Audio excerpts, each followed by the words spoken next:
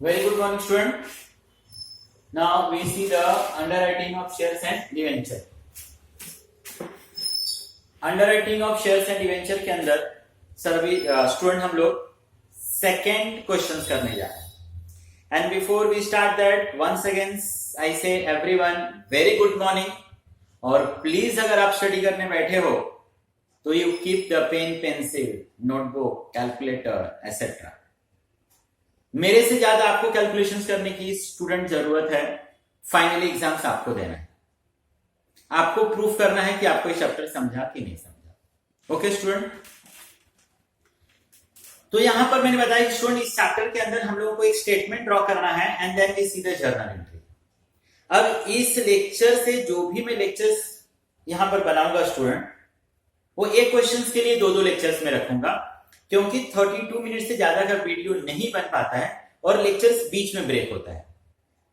तो बेटर है कि एक में स्टेटमेंट, एवरी क्वेश्चन में आपको स्टेटमेंट ड्रॉ करना है. स्टेटमेंट ड्रॉ हो गया तो आपका समझो कि क्वेश्चन हो गया. आपको स्टेटमेंट के थ्रू नेट लायबिलिटी और ग्रॉस लायबिलिटी आपको आपका फाइंड करना रहता है. स्टेटमेंट हम लोग बनाएंगे अंडरराइटर का. तो एवरी क्वेश्चन के लिए दो लेक्चर्स में करूंगा. एक लेक्चर्स में स्टेटमेंट ड्रॉ करेंगे एंड अनदर क्वेश्चंस के अंदर हम लोग क्या करेंगे, जर्नल एंट्री.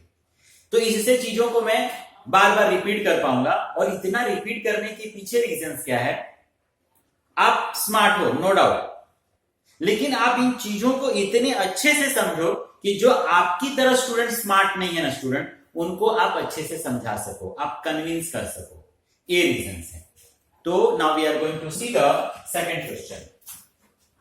स्टूडेंट ध्यान से देख, मैं क्वेश्चन रीड कर रहा हूं. क्वेश्चन है student, authorised capital of Jalaram Limited was 12,50,000 equity shares of 10 each.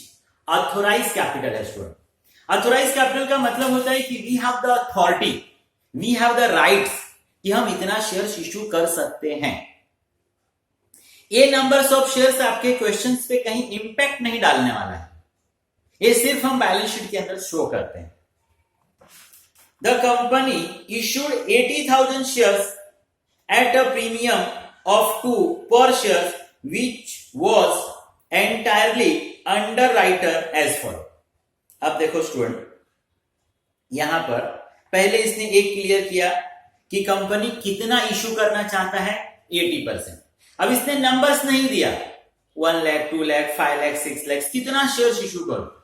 इसने थोड़ा सा इनडायरेक्ट इंफॉर्मेशन दिया. इसने बताया कि इसके पास राइट्स है 12,50,000 शेयर्स इशू करने का. इसके पास राइट्स है 12,50,000 शेयर्स इशू करने का. लेकिन ये अपने राइट्स में से 80% राइट्स आज यूज कर रहा है शेयर्स को इशू करने के लिए. तो देखो, कंपनी इशू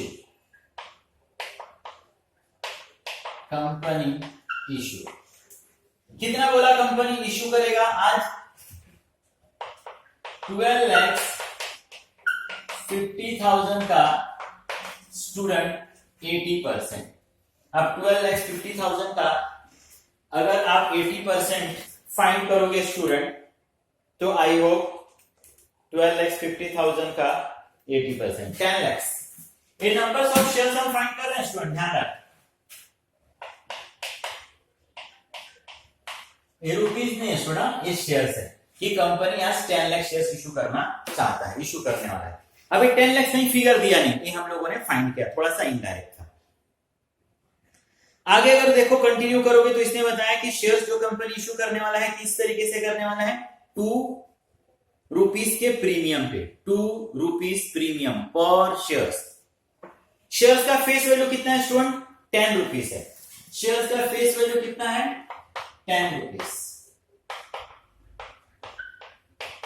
तो इशू प्राइस कितना हो जाएगा स्टूडेंट, 10 + 2. कितने में कंपनी इशू करेगा, ये रुपीज है. 12 रुपीज से एक शेयर कंपनी इशू करना चाहते हैं.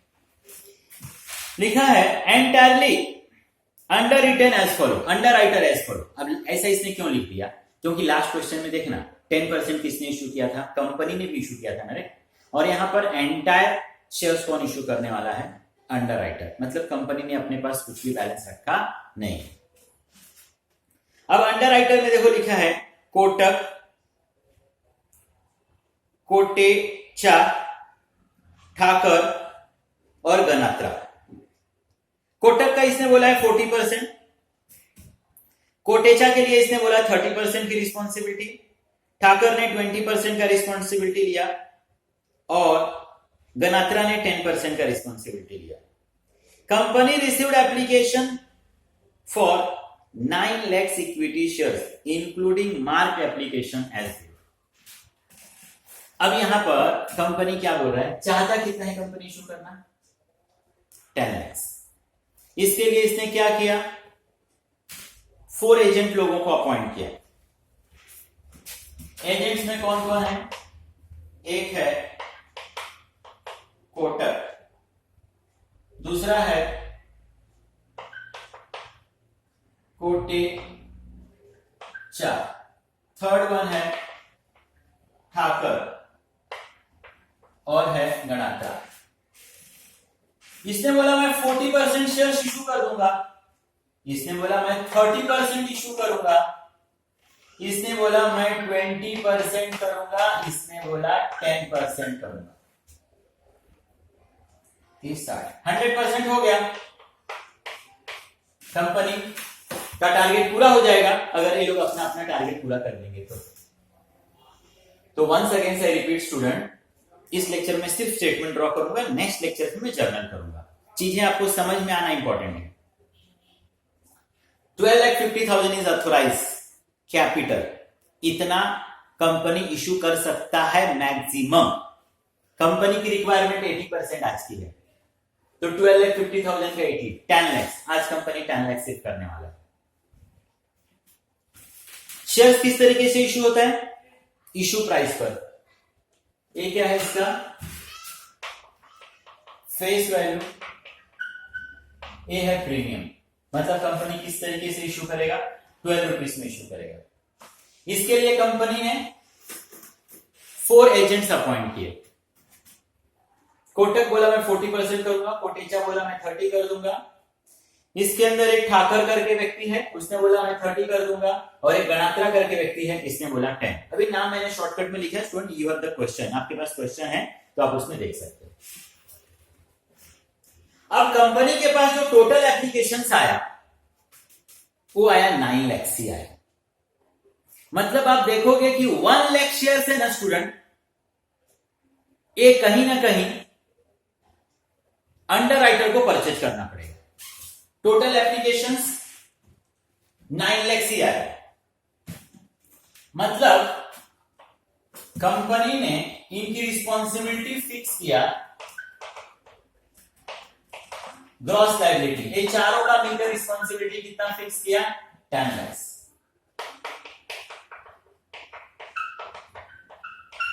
एप्लीकेशंस रिसीव्ड, अब स्टूडेंट एक टोटल एप्लीकेशन है, इसमें तेरा मार्क और अनमार्क ये दोनों ही होगा। टोटल एप्लीकेशन के अंदर कंपनी के पास कितना आ गया, 9 lakhs। 1 lakhs का क्या हो गया, शॉर्टेज हो गया। ये 1 lakh शेयर्स फाइनली किसको खरीदना पड़ेगा, अंडर राइटर को खरीदना पड़ेगा। इस सेकंड क्वेश्चन के अंदर भी स्टूडेंट फॉर्म अंडर राइटिंग अभी नहीं है, जब आएगा तो मैं आपको अच्छे से और समझाऊंगा। तो यहां तक का स्टूडेंट आपको क्वेश्चन समझा कि 1 lakhs का शॉर्टेज है और ये 1 lakhs इनको खरीदना पड़ेगा। लिख कर दिया है underwriters entitled to get 5% commission. Student once again question में गलती दिया, उसने फेस वैल्यू लिखा है, आप उसको इशू प्राइस कर दो, इशू वैल्यू कर दो। फेस वैल्यू पर कमीशन नहीं होगा, इशू प्राइस पर ही होगा। अरे क्यों सर, इशू प्राइस पर ही क्यों होगा, फेस वैल्यू पे क्यों नहीं होगा? अरे मेरे भाई, एजेंट आपको जो पब्लिक से कलेक्ट करके दे रहा है वो 10 lakhs इंटू 10 रुपीज कलेक्ट करके दे रहा है, कि 10 lakhs numbers of shares into 12 rupees collect करके दे रहा है, 12 रुपीज कलेक्ट करके दे रहा है। अभी इस कैलकुलेटर का प्राइस 100 रुपीज हो, मैंने किसी एजेंट को ये नहीं बोला कि मैं ये कैलकुलेटर सेल करो तो तुमको 10 रुपीज दूंगा, मैंने यूनिट्स की बात नहीं किया। मैंने बोला भाई तू ये कैलकुलेटर सेल कर, मैं तेरे को 10% कमीशन दूंगा, मैं तेरे को 10% कमीशन दूंगा। तो अगर किसी मेरे भाई ने, किसी एजेंट ने इस कैलकुलेटर को अगर 100 रुपीज में सेल किया तो 10, मैं उसको 10 रुपीज कमीशन दूंगा। लेकिन उसने इस 100 रुपीज के कैलकुलेटर को उसने 200 में सेल किया, तो 200 के ऊपर कमीशन में कितना दूंगा? 20 रुपीज दूंगा। तो मुझे जो ब्रोकर एजेंट कलेक्ट करके दे रहा है वो 10 lakhs इंटू 10 रुपीज नहीं, 10 lakhs इंटू 12 रुपीज कलेक्ट करके देगा। तो commission always on issue price, face value पे कब? जब क्वेश्चन में लिखा रहेगा तब। अरे सर यहां पर भी तो लिखा है। अरे मेरे भाई इस क्वेश्चन के लिए मैं आपको क्या बोल रहा हूं कि वो करेक्शन है, वो मेरे पास जो क्वेश्चन है उसके अंदर करेक्शन है, तो मैं आपको करेक्शन करने को बोल रहा हूं। ओके चलेगा, ठीक है सर, आप बोल रहे हो तो ओके। अब स्टूडेंट मैंने बताया कि इसके अंदर आप एक स्टेटमेंट ड्रॉ करोगे।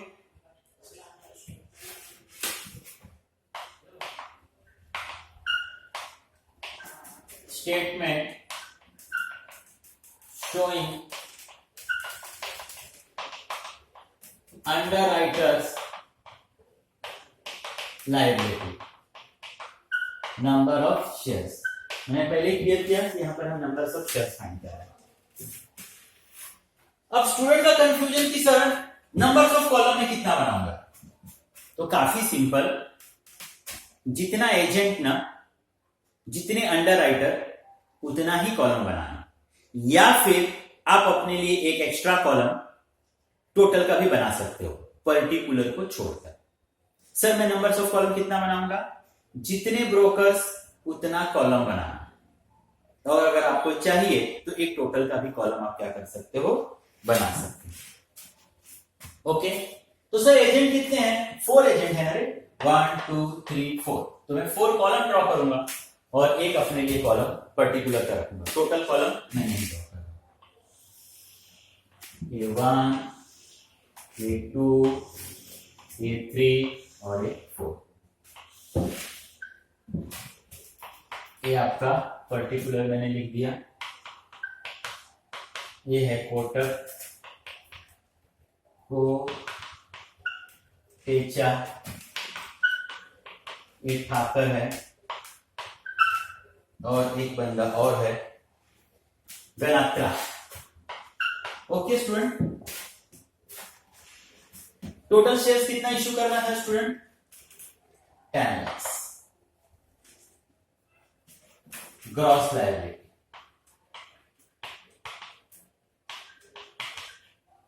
टोटल शेयर्स इश्यू करना था 10 lakhs। किसने रिस्पॉन्सिबिलिटी लिया? सर मैं 40% कर दूंगा। कोटेचा ने बोला सर मैं इसका 30% कर दूंगा। ठाकर ने बोला सर मैं 20 कर दूंगा, और गणात्रा ने बोला मैं 10% शेयर्स इशू कर दूंगा।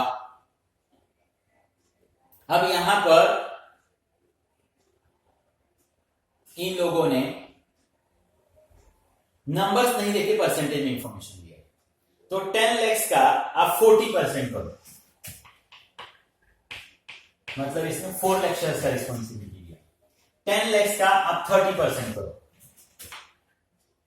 इसने 3 lakhs का रिस्पॉन्सिबिलिटी दिया। 10 lakhs का आप 20% करो, इसने 2 lakhs का रिस्पॉन्सिबिलिटी लिया, और 10% करो, इसने 1 lakhs का रिस्पॉन्सिबिलिटी लिया। ओके स्टूडेंट, मतलब कोटक ने बोला सर मैं 4 लाख शेयर्स इशू करूंगा।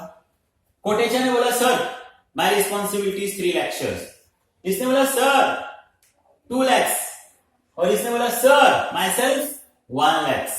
कंपनी की रिस्पॉन्सिबिलिटी पूरी, कंपनी रिलैक्स।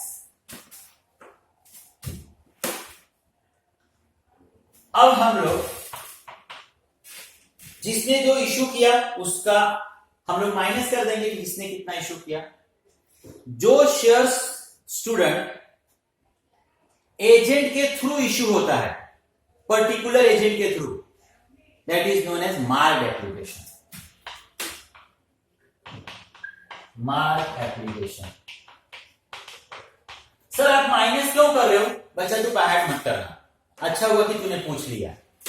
मेरा बच्चा, मुझे ना इस कोटक का नेट लायबिलिटी फाइंड करना है कि भाई तू आज कितना शेयर्स कंपनी के थ्रू परचेज करेगा। कंपनी का तुझे कितना परचेज करना पड़ेगा।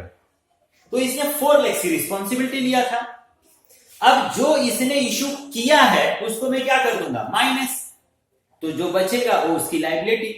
लेकिन मैं बाद में ऐसा भी देख सकता हूं कि अरे अनमार्क रहेगा, तो उसको भी मैं क्या कर दूंगा, माइनस। फिलहाल आप यहां पर कॉन्सेंट्रेट कर कि 4 लाख इसको इशू करना था, इसको इसके थ्रू सेल होना था। जो इसके थ्रू सेल हो गया उसको तू माइनस करेगा, तब तो इसका बैलेंस हमको समझ में आएगा। तो इसके लिए माइनस कर। अब वो कितना किसने इशू किया, एक क्वेश्चन में स्टूडेंट एक तुमको दिया हुआ है, लिखा है company received application for 9 lakh equity shares including marked application. अब उसके नीचे देख स्टूडेंट लिखा है मार्क्ड एप्लीकेशन। बार बार मैं मार्क का मतलब बता रहा हूं student, those shares which is issued by that particular underwriter. तो कोटेक का थ्रू 2,85,000 शेयर्स इशू हो गया, इसके थ्रू इतना सेल हुआ, इसके थ्रू 3 लाख इशू हुआ, इसके थ्रू 1,10,000 इशू हुआ, और इसके थ्रू तो 1,05,000 शेयर्स का हो गया इशू।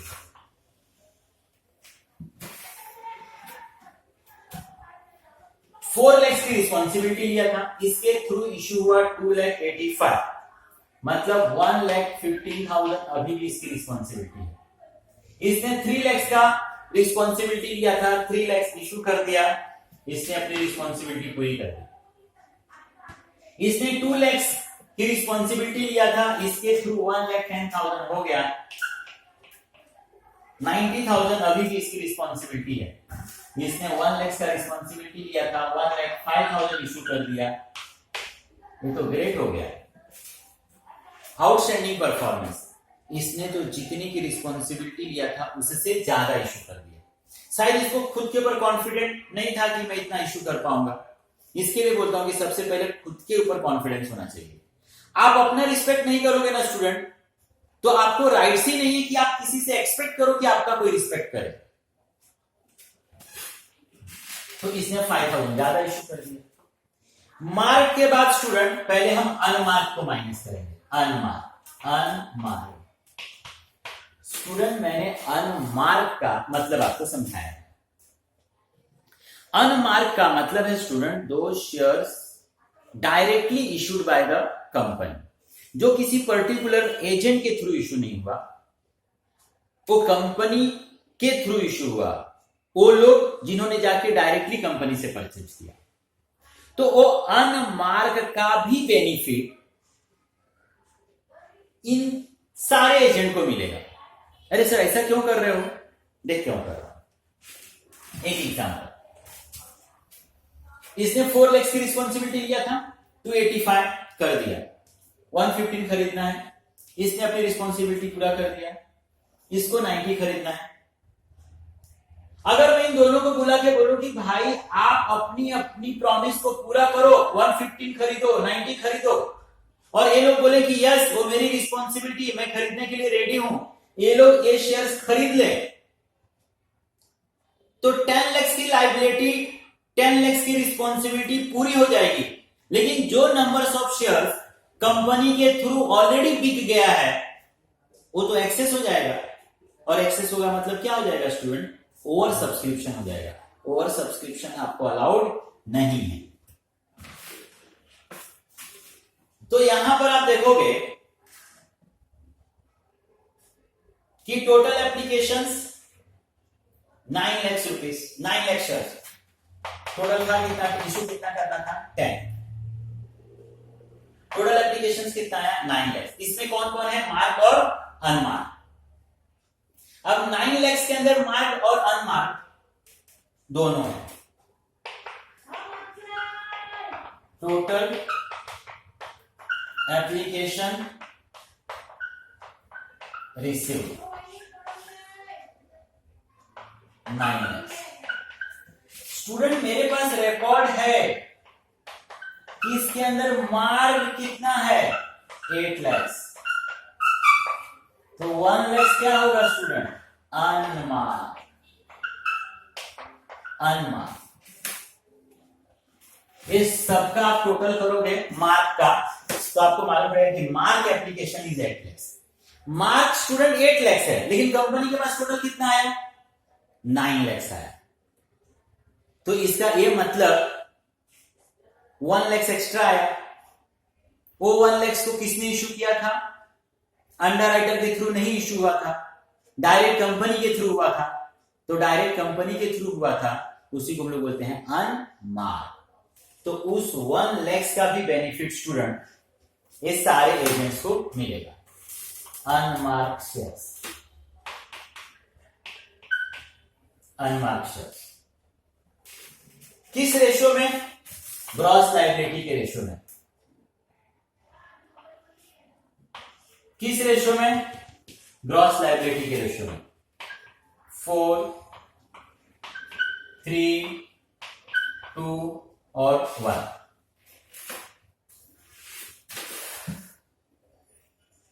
7, 8, 9, 10। अब 1 lakhs को 10 से आप क्या कर दोगे? डिवाइड। 10,000 आ जाएगा। Multiply by 4, multiply by 3, multiply by 2, multiply by 1। मतलब इस 1 lakh शेयर्स को आपको इस रेशियो में डिवाइड करना। 40,000, 30,000, 20,000 और 10,000। मतलब कंपनी के थ्रू जो 1 lakh शेयर्स बिका, उसमें 40,000 शेयर्स किसके नाम से माना जाएगा? उसका बेनिफिट किसको मिल जाएगा? कोटक को।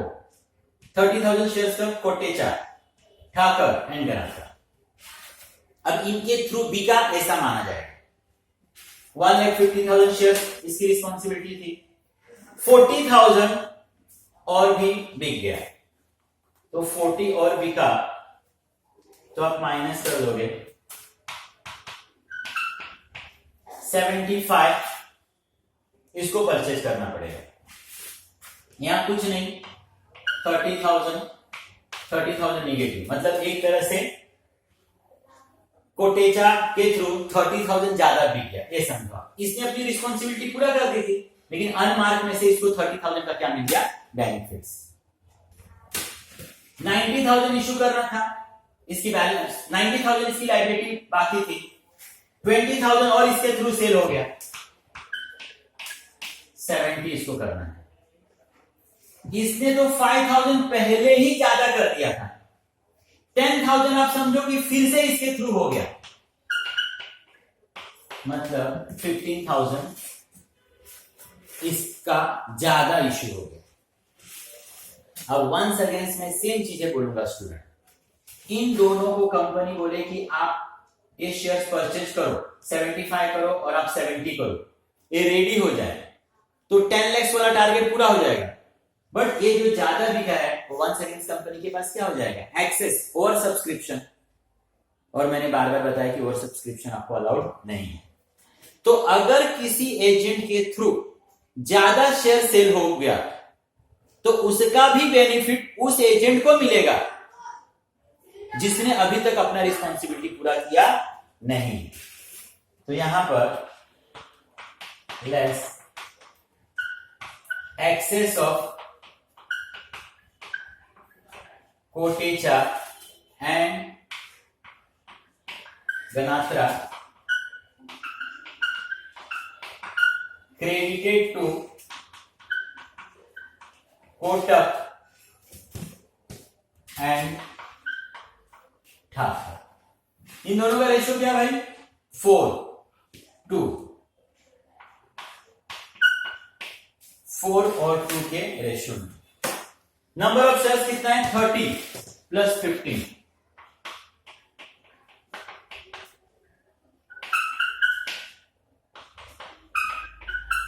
45,000 शेयर्स 4:2 के बीच में क्या होगा? डिवाइड। 45,000 4 प्लस 2 6 से हम लोग क्या कर देंगे? डिवाइड। इसको 30,000 का बेनिफिट्स मिल जाएगा, इसके पास से चला गया। 15 का बेनिफिट्स मिल जाएगा, इसके पास से चला 75,000 इसको परचेज करना था, 75 इसकी रिस्पॉन्सिबिलिटी थी, लेकिन इसको दूसरा जो एजेंट ज्यादा सेल किया था उसका 30,000 का बेनिफिट्स मिल गया, मतलब फाइनली अब इसको 45 परचेज करना पड़ेगा।